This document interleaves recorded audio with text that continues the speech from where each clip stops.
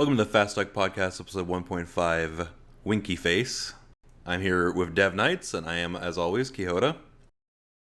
So, I just wanted to make a short informational video. Originally, this was going to be not even a podcast episode at all. It was just going to explain some things I forgot to leave out of the first one, or I left out of the first one, and that's on June 12th, I believe. Yes, June 12th is the A Play. I'm going to be doing a live stream of just commentary on the event. You'll find that at the link on screen, my Twitch. And I've got a pretty good streaming setup, actually. I wasn't sure I wanted to do streaming because I can never seem to get it right, and that bothers me. But I have enough parts laying around that I was able to build a second PC. So my capture card just came in, and I have a 2 PC streaming setup, which should allow a lot smoother, a lot less issues that I've been having during streaming. Now, Dev, as long as we're on the Titanfall topic still, because this is going to be just a short little video, that's why it's 1.5, not 2. Why don't you tell us what you heard with the advertising company? Yeah, so I know some people, as we all do, and I've heard through the grapevine, as it were, that there's a possibility that EA is going to go for other drinks because we have seen the leak for the Coca-Cola, which was confirmed to be true, if I'm not mistaken. They're also Mountain Dew. So you're off a company, but yeah.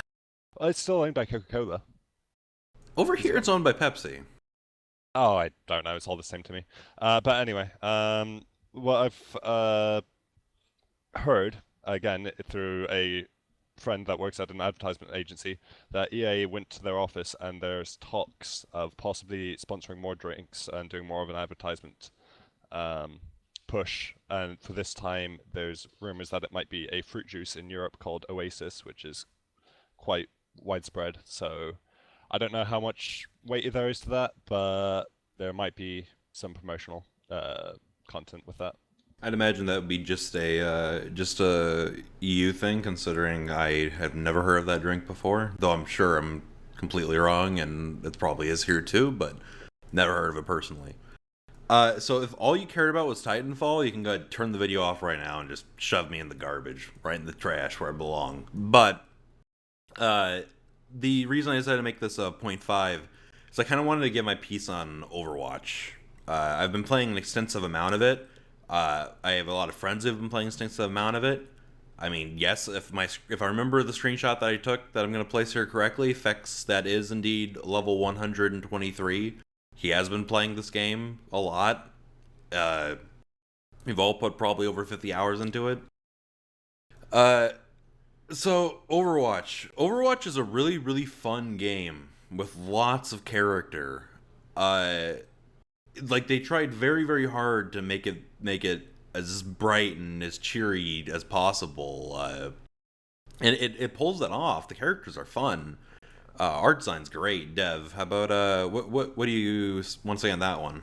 Yeah, no, I fully agree. I've had a lot of fun playing Overwatch, just casually, more than anything else, because I've had a lot of other things. But I do agree that they've put a lot of effort, and it actually surprised me how much attention that they gave, even with going as far as to add voice actors from other regions to do the various alt noises, ultimate shouts and things for different languages. It was quite a nice touch. They also that you can tell Blizzard's trying hard to be good devs. They really are. A lot of them, like the competitive mode that they had implemented, nobody liked, so they immediately just took it out, decided to redesign it, etc., etc. The anti-cheat measures are what should be an example to all developers. I'll be honest. Not only do they ban nigh immediately upon detection of a hack, they also ban hardware IDs. So if you try to come back with another account, it will still ban you, even if you never cheat on it. Some may consider this overly harsh, but it's a pretty good system, and it shows they're playing hardball. Like they if you cheat, they don't want your money; they want you gone. Map design could use a little work, and I'm sure Dev, you have a lot to say on that.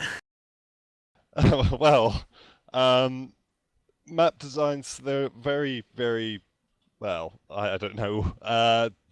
They have way too many choke points and not enough fluidity around the map, which is my biggest grief with it, where you're constantly forced into very tight spaces, and then it just goes into, can you hold this point? No. Okay, move back to the next choke point. Quite frequently, I see that there isn't much harassment between major choke points. There's usually, if you lose that choke point, then why bother going to try to fight them when there isn't one where you could just fall back a bit? Yeah. Typically, if you get team wiped on an objective in capture point maps at the very least, you're just done. You'll set up on the next one. You won't even bother going and trying to contest the next one.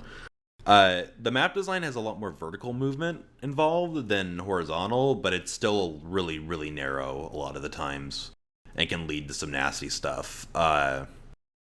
Which brings me into minor balance issues. I mean, I'm not going to complain too hard about balance issues, especially in a hero shooter based game, because, I mean, they'll fix it. They've already said that they were going to make adjustments to McCree, so that's Yeah, always optimistic. McCree's obviously beyond broken, which is fine. It's like, they'll fix that. Yeah. Widowmaker, just because of the map design and how Some fast her maps, charges. well, some maps I find her very awkward to play on. Like Illinois can be quite hard, not ideal for her. But then other maps, I find that she's just got way too much visibility. Yeah, the more narrow the map is, and some are definitely more narrow than others, Widowmaker can just completely shut down an entire team if she's left uncontested. And if her team is with her and watching her, like even if you try to get a harasser in behind her basically and like just on her, they typically die pretty quickly. It's rough. So I think they actually said they're looking at buffing Diva, nerfing McCree, and adjusting Widowmaker's charge rate or something along those lines because she is a little overpowered on certain maps. But so the servers are 20 tick, but considering we're Titanfall players and we've seen worse, yeah. They're looking at adjusting the tick rate, but they're really dragging their heels on it. They seem to think like, well, the majority of the players wouldn't want it. If we made the tick rate higher, then 20% of our toasters wouldn't be able to play it. Which, while a compelling argument, is still kind of rough. It has a really good microtransaction system, which, I mean, you, Dev, you've partaken liberally in it while smashed out of your mind. Uh, I wouldn't go smashed. I would say mildly inebriated. But having the option between buying the loot boxes and actually earning them, I find that's a very nice balance. I get annoyed when there's microtransactions that either you just can't buy via in-game grinding, or the in-game grind that you have to do is so over the top that you just go, well, why should I bother when you're forcing me into? You might as Into well not have buying. me the option to grind Yeah. it. I find that the grind level, like the leveling system, is actually perfectly fine because it stops doing an exponential growth, which is common in a lot of MMOs. Once you get to, I think, what, level 25 is it? Then it stops scaling, so that makes it quite nice.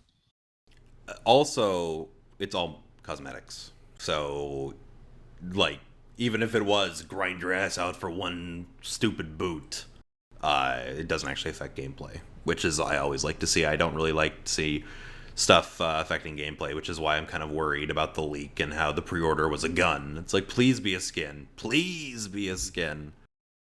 However, Overwatch has one major, in my opinion, glaring design flaw, like just at its core, and that is the ultimate.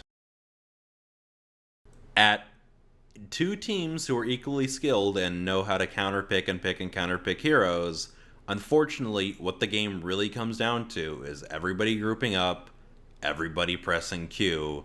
The team that presses Q in better places wins. Hmm. And that is, it's not.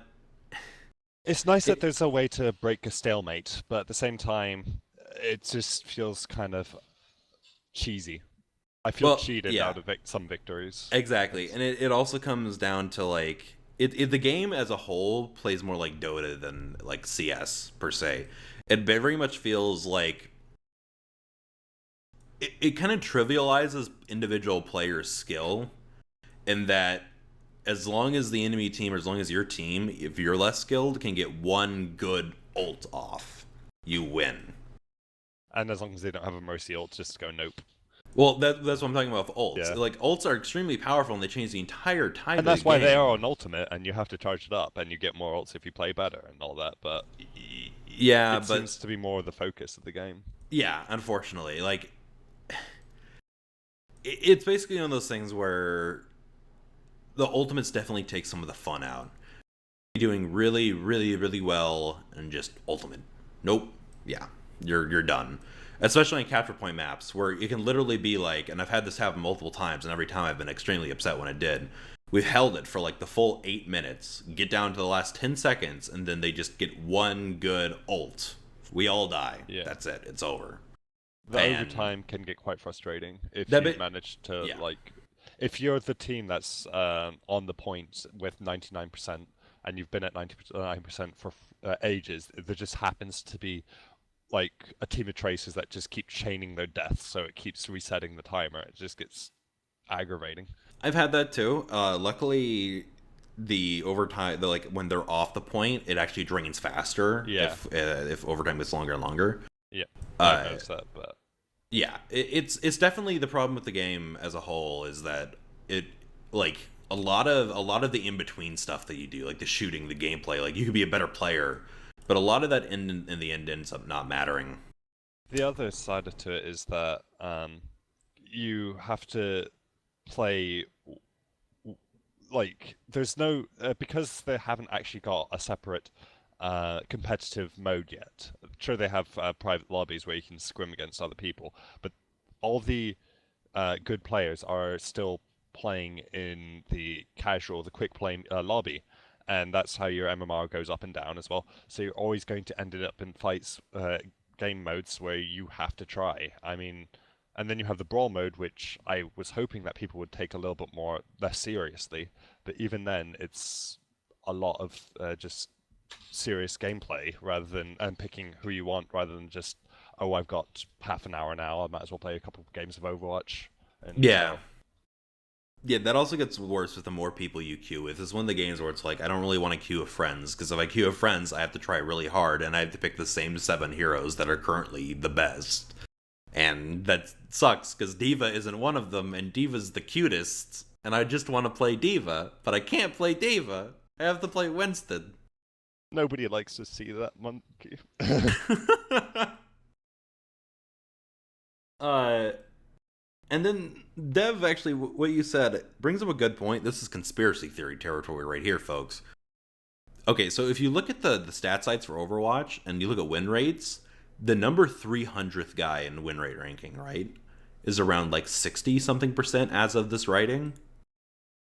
Why is he at 60%?